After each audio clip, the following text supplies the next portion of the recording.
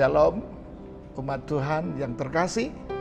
Senang bisa berjumpa dengan saudara di malam yang ke-8.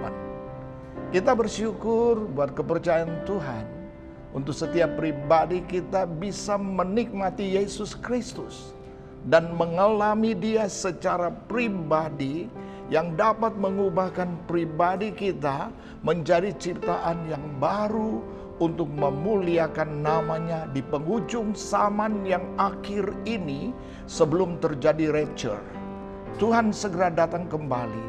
Justru itu mari kita belajar mencari Dia lebih dekat, lebih sungguh-sungguh, dan fokus iman kita itu hanya bagi Dia.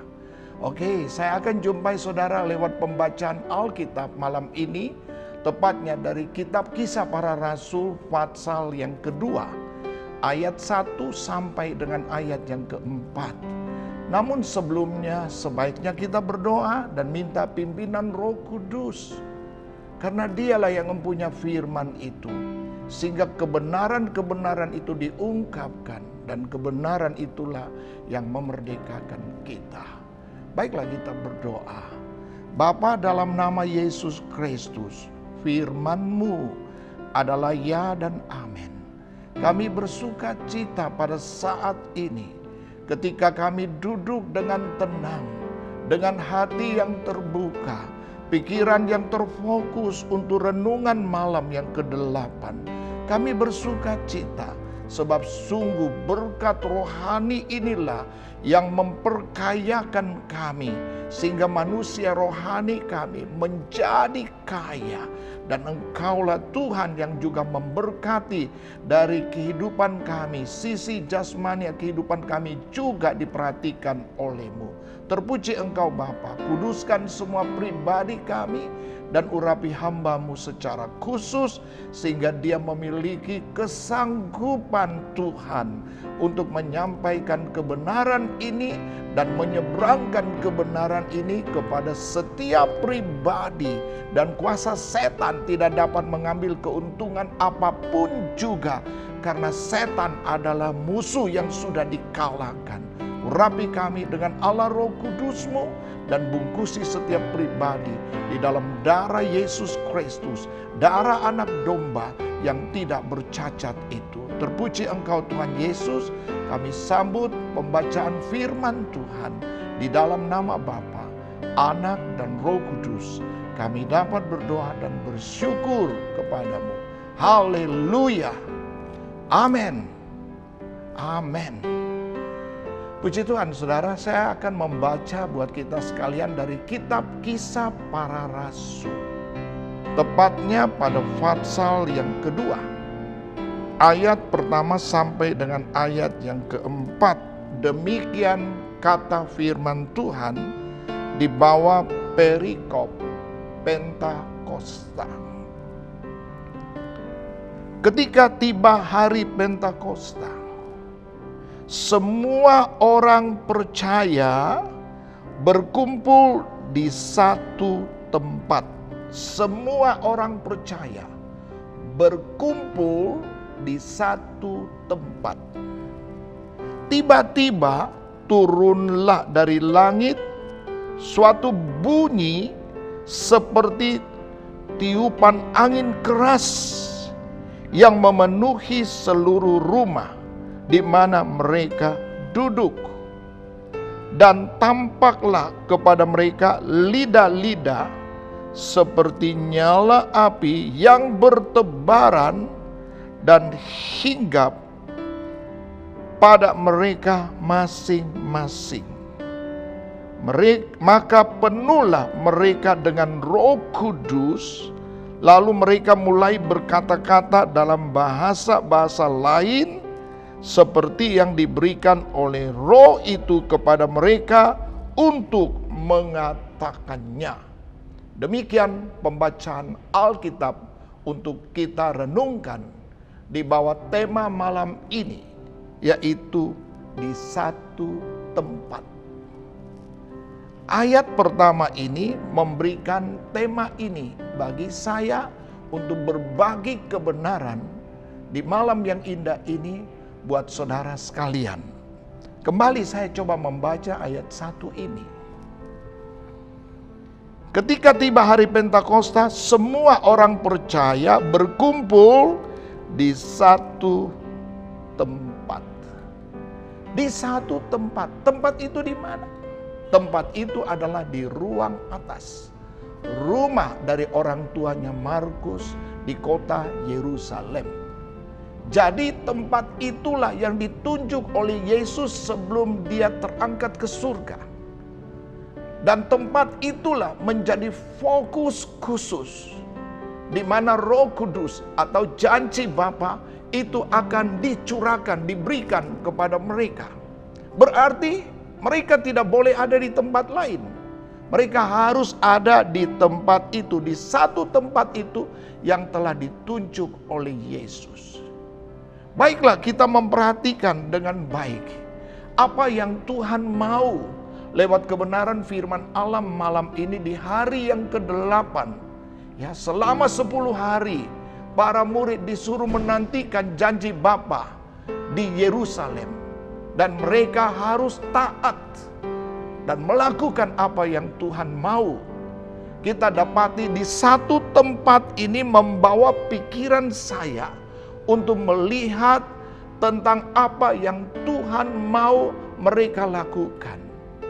Nah, di satu tempat ini secara rohani menunjuk kepada pribadi Yesus yang olehnya kita harus belajar taat dan tunduk kepadanya. Saya mau katakan buat saudara sekalian, adakah saudara telah berada di satu tempat itu, yaitu Yesus, di dalam Dia? Apakah saudara tinggal di dalam Dia dan Dia di dalam saudara? Terkadang kita berpikir, oh, kekristenan adalah suatu agama yang benar-benar luar biasa, di mana saya menikmati hubungan dengan Tuhan dan itu meyakinkan saya untuk keselamatan kekal saya. Ada banyak orang tidak mengalami Tuhan, tetapi bisa mengungkapkan hal-hal yang kelihatan sangat rohani. Tetapi ternyata di sisi lain mereka punya kehidupan yang amburadul. Kehidupan mereka tidak menjadi kesaksian bagi kemuliaan nama Tuhan. Dengar dengan baik, kekristenan memang baik. Adalah tempat itu di mana kita harus berada, karena di situ kita menyembah Yesus Kristus. Disitulah Tuhan kita Yesus Kristus diberitakan. Dan Dia adalah Tuhan kebangkitan dan hidup. Karena terus terang saya harus beritahukan kepada dunia, ada banyak tokoh religius yang sangat terkenal, yang sangat dipuja. Tetapi dengar, semua tokoh religius yang bersumber dari manusia debu tanah mati dan tidak ada yang bangkit. Hanya Yesus, Dia datang dari Allah. Dia manusia roh itu, hanya Dia mati dan bangkit. Dia diberitakan di dalam wadah kekristenan kita. Tetapi kita harus mengalami Dia, yaitu kita harus ada di dalam Dia. Nah, tempat itulah yang Tuhan mau. Dan jikalau kita ada di dalam Dia, Dia ada di dalam kita. Kita dituntut untuk tetap melakukan firman Tuhan dalam hidup ini, karena orang yang melakukan firman Tuhan pasti diberkati. Kembali kepada hikayat ini kita jumpai, para murid disuruh berkumpul di satu tempat. Pada hari yang ke-10 ketika Roh Kudus itu dicurahkan. Di satu tempat. Di sini menantang para murid. Apakah mereka taat ataukah mereka tidak taat? Nah, ini yang menjadi persoalan setiap orang Kristen, orang percaya. Setelah saya ada di dalam wadah kekristenan yang baik, yang sesungguhnya saya tetap setia beribadah. Tapi apakah sampai detik saat ini saya masih taat ataukah saya sedang ada dalam ketidaktaatan? Jadi tempat ini sebenarnya menarik para murid untuk melihat sikap hati mereka. Jikalau mereka taat, mereka diberkati seperti yang dikatakan firman Allah. Mereka menerima Roh Kudus. Bahkan ada tanda supranatural Allah yang dahsyat, yaitu api itu bertebaran di atas kepala mereka. Ini sesuatu yang luar biasa, benar-benar sesuatu yang spektakuler. Nah, malam ini mari kita kontrol kehidupan rohani kita. Adakah sampai detik malam ini terhadap janji Bapa yang mau diberikan bagi saya? Apakah saya masih taat ataukah saya tidak taat? Dua hal penting ini yang perlu kita lihat pada saat ini. Ketaatan saya kepada Allah dan firman-Nya, apakah saya masih tetap hidup di dalamnya? Berbahagialah orang yang hidup dalam ketaatan kepada Allah dan firman-Nya. Mengapa? Karena Allah akan menjadikan kita orang yang berkenan kepada Dia. Jadi dengan sikap hati saya taat kepada firman-Nya, tinggal di dalam Kristus, tempat itu satu-satunya yang ditunjukkan buat saya. Dan Dia pasti di dalam saya.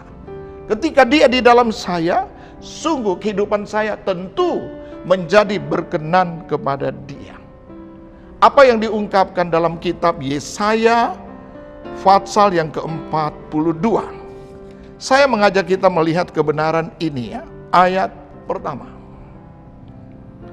Lihat, itu hambaku yang kupegang, orang pilihanku yang kepadanya aku berkenan. Aku telah menaruh rohku ke atasnya, supaya ia menyatakan hukum kepada bangsa-bangsa. Ini jelas sekali. Nubuatan ini mengacu kepada pribadi Yesus, hamba Allah itu, hamba Tuhan itu, yang akan datang menjadi penebus dosa dunia. Hanya Dia yang diurapi. Dan Dia menjadi teladan yang tertinggi bagi iman saya dan saudara. Dan kiranya kita mencontohi hidupnya dalam sisi ketaatan sampai mati di kayu salib. Dan kemudian Allah sangat memuliakan Dia. Dengar dengan baik saudara. Jikalau kita taat kepada Allah dan firman-Nya, Allah berkenan kepada hidup kita. Seperti Dia berkenan kepada Yesus. Dikatakan hamba Tuhan itu sesungguhnya karena hamba Tuhan itu taat dan berkenan kepada Allah, Allah memegang dia. Allah menopang dia dengan tangan kanannya yang memberikan kekuatan dan kemenangan. Dan bukan saja itu, dikatakan dia itu termasuk orang pilihan Allah.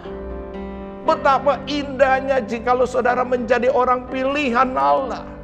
Kalau saudara menjadi orang pilihan Allah, saya mau katakan dengan pasti, surga 100% saudara punya. Karena Dia memilih saudara untuk ditempatkan di surga nanti. Dikatakan orang pilihan Allah yang kepadanya aku berkenan. Sejauh manakah Allah berkenan kepada hamba Tuhan ini yang saya baca dari kitab Yesaya Fatsal 42, yaitu Allah menaruh rohnya di atasnya. Jikalau Allah menaruh rohnya di atas saudara, yaitu saudara dipenuhi dengan roh Allah, dibaptiskan oleh roh Allah, ditenggelamkan, dikuasai oleh roh Allah, maka saudara adalah orang yang berkenan untuk misi yang Dia percayakan. Ini amat penting tentang hal ketaatan kepada Allah dan firman-Nya. Dan ketika Dia berkenan, sesungguhnya Dia membuat saudara menjadi berkat bagi banyak orang. Dan saudara diberkati untuk memberkati. Apa yang diungkapkan di dalam Mazmur 149 ayat yang keempat. Saya akan membaca ayat ini buat saudara. Saudara perhatikan. Mazmur 149 ayat yang keempat. Sebab Tuhan berkenan kepada umat-Nya, Ia memahkotai orang-orang yang rendah hati dengan keselamatan. Terus terang saya mau katakan, jikalau saudara taat kepada Allah dan firman-Nya, Tentu saudara adalah orang yang rendah hati. Allah paling senang dan mengasihi orang yang rendah hati. Tapi Allah membenci orang yang sombong, orang yang tinggi hati, orang yang memiliki sifat arogan. Allah membenci. Tetapi Allah sungguh mengasihi orang yang rendah hati dan mahkota kepada orang yang rendah hati, karena Allah berkenan, yaitu Allah memberikan keselamatan. Keselamatan. Paling penting sekali keselamatan. Kalau kita berbicara tentang keselamatan, kita tandai saja. Seperti di kapal laut, mengapa ada skuci yang harus disiapkan? Mengapa ada pelampung yang harus disiapkan? Karena dipikirkan tentang keselamatan. Sebab tentu sewaktu-waktu dalam pelayaran itu tidak selalu dijamin bahwa kondisi laut itu baik. Terkadang laut itu bisa dibongkar dengan angin badai dan terjadi gelombang ombak yang besar, dan kapal itu pasti terancam untuk karam. Dan tentu keselamatan manusia, penumpang yang ada di atasnya itu pasti juga terancam. Justru itu mereka pikirkan tentang harus mempersiapkan skuci dan juga pelampung-pelampung atau bantal untuk berenang. Saya mau katakan buat saudara, keselamatan kita paling penting. Sebelum saya lahir, saudara lahir di bumi ini, Tuhan sudah pikir jauh tentang keselamatan kita. Salib itu sudah berdiri menantikan kita. Apakah saudara taat kepada Dia? Apakah saudara sungguh taat dan saudara menikmati bahwa saudara dijadikan orang berkenan kepada Allah, dan Allah menyediakan mahkota bagimu, yaitu keselamatan, karena saudara rendah hati. Jadi jangan lupa, orang yang taat itu adalah orang yang rendah hati. Dan yang kedua, kita lihat ketidaktaatan. Ketidaktaatan ini adalah seperti pemberontakan. Jadi ketika saya tidak tunduk, saya tidak taat, saya sedang memberontak terhadap apa yang diperintahkan kepada saya. Seorang yang tidak taat kepada Allah dan firman-Nya, dia adalah seorang pemberontak. Jadi jelas sekali kita jumpai hal ini, saudara. Nah, mari kita lihat pemberontakan itu terjadi awal ketika Adam dan Hawa hidup di Taman Eden. Jelasnya dari kitab Kejadian pasal yang ketiga ayat yang ke-6.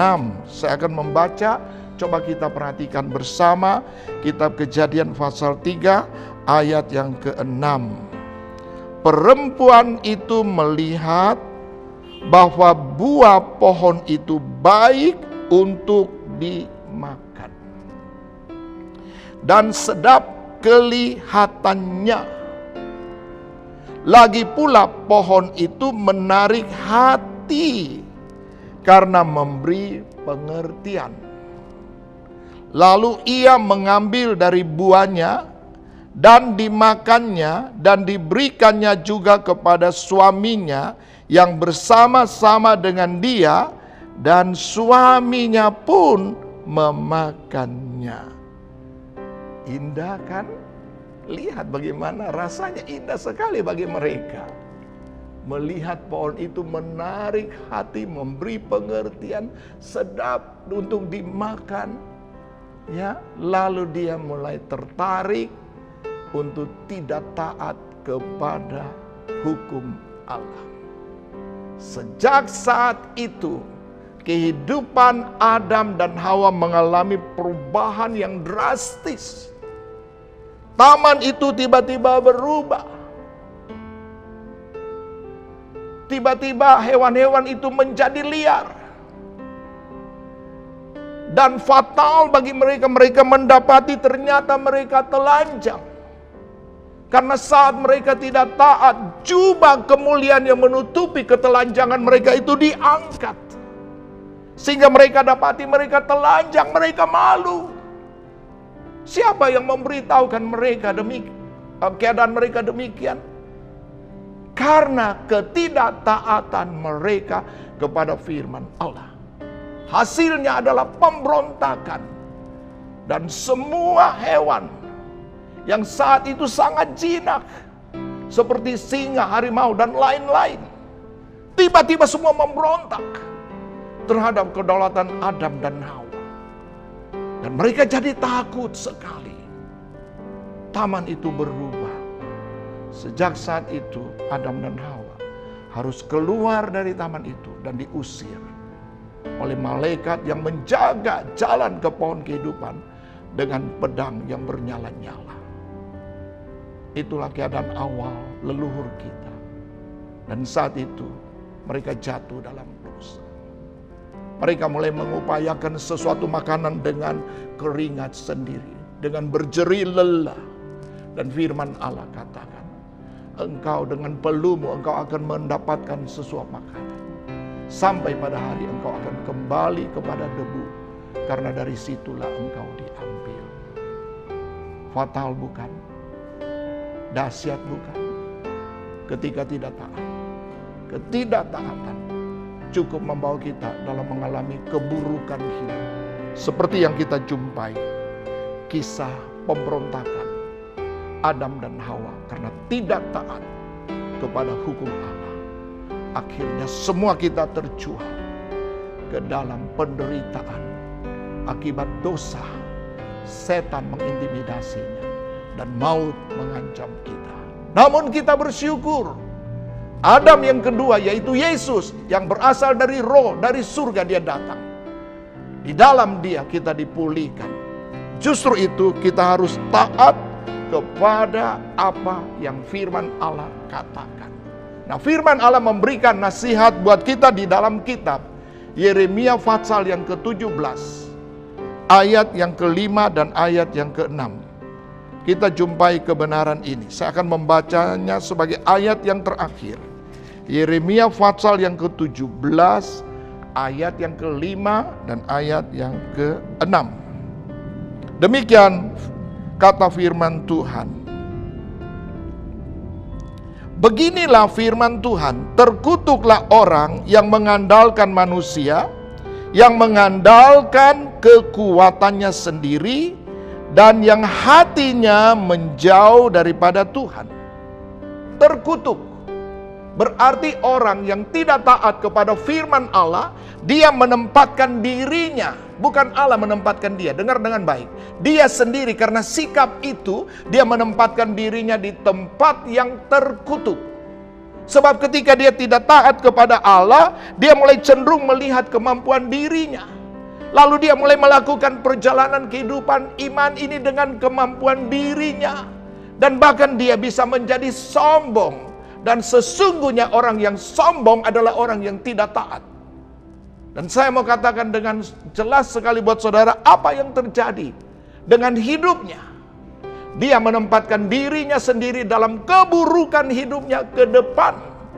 Yaitu dikatakan dalam ayat yang ke-6, ia akan seperti semak bulus di padang belantara. Ia tidak akan mengalami datangnya keadaan baik. Jangan pernah mengharapkan ada datangnya keadaan baik. Dia tidak akan pernah mengalaminya. Ia akan tinggal di tanah angus, di padang gurun, di negeri padang asin yang tidak berpenduduk. Saya yakin setiap pribadi kita tidak menginginkan Anda dan saya ada di tempat itu. Justru itu jikalau kita tidak ingin ada di tempat itu, mari kita belajar taat kepada Allah dan firman-Nya. Seperti para murid ketika ditunjuk di satu tempat itu, mereka harus ada di tempat itu. Tidak boleh keluar dari situ. Jikalau keluar dari tempat itu, mereka tidak akan menerima janji Bapa. Oh haleluya. Saya harap malam yang ke-8 sungguh kuasa Allah turun di tempat saudara sedang menikmati ibadah ini. Dan saya yakin saudara sedang diberkati oleh firman Allah. Haleluya, haleluya. Dan apa saja yang saudara sedang alami, belajar taat, Tuhan akan menolong saudara keluar dari berbagai masalah yang saudara sedang alami. Dan saudara akan jumpai firman Allah adalah ya dan amin. Ketika saya tunduk taat melakukan firman-Nya, saya disebut orang yang berbahagia. Jadi dengar dengan baik. Konsep firman Allah tentang kebahagiaan itu tidak ditandai karena harta banyak, uangnya banyak. Tentang orang yang pintar dan punya masa depan yang baik, orang yang berbobot, nama yang populer, tidak. Orang yang berbahagia menurut konsep firman Allah, orang yang taat melakukan firman Tuhan. Dia berbahagia karena dia diberkati di saat ini dan di dunia yang akan datang. Dia miliki kemenangan abadi, keselamatan diberikan bagi dia. Hari ini ada janji Bapa bagi saudara kembali.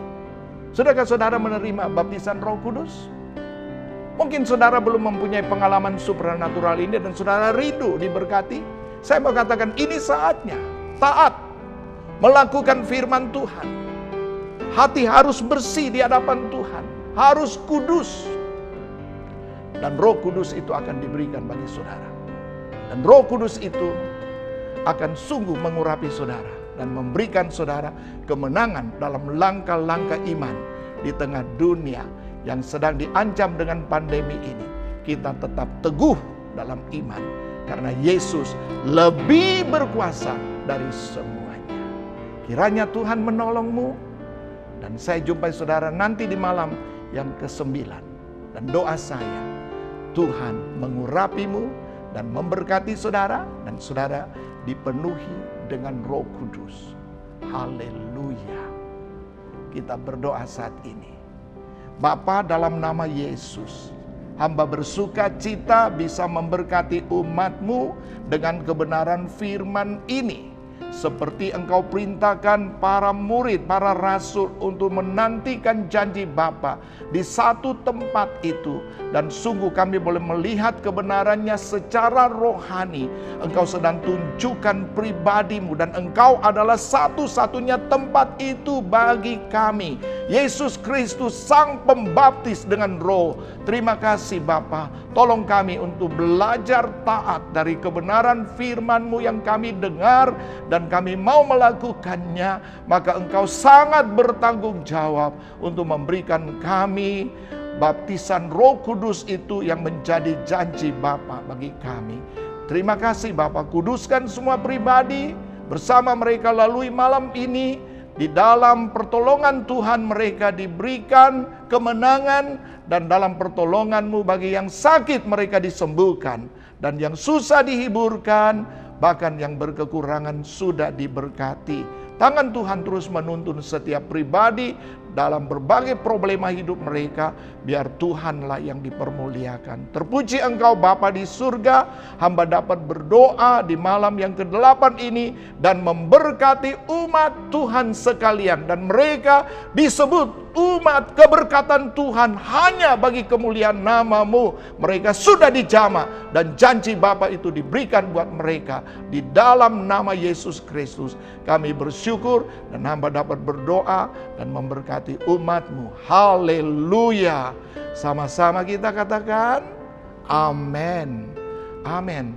Tuhan memberkati saudara di malam yang ke-8 ini dan saya tunggu saudara di malam yang ke-9. Pastikan bahwa engkau akan ada di sana dalam ruang ibadahmu, siap menerima impartasi janji Bapa, yaitu baptisan Roh Kudus dalam pengajaran firman Tuhan ini. Haleluya. Amin. Shalom. Tuhan memberkatimu.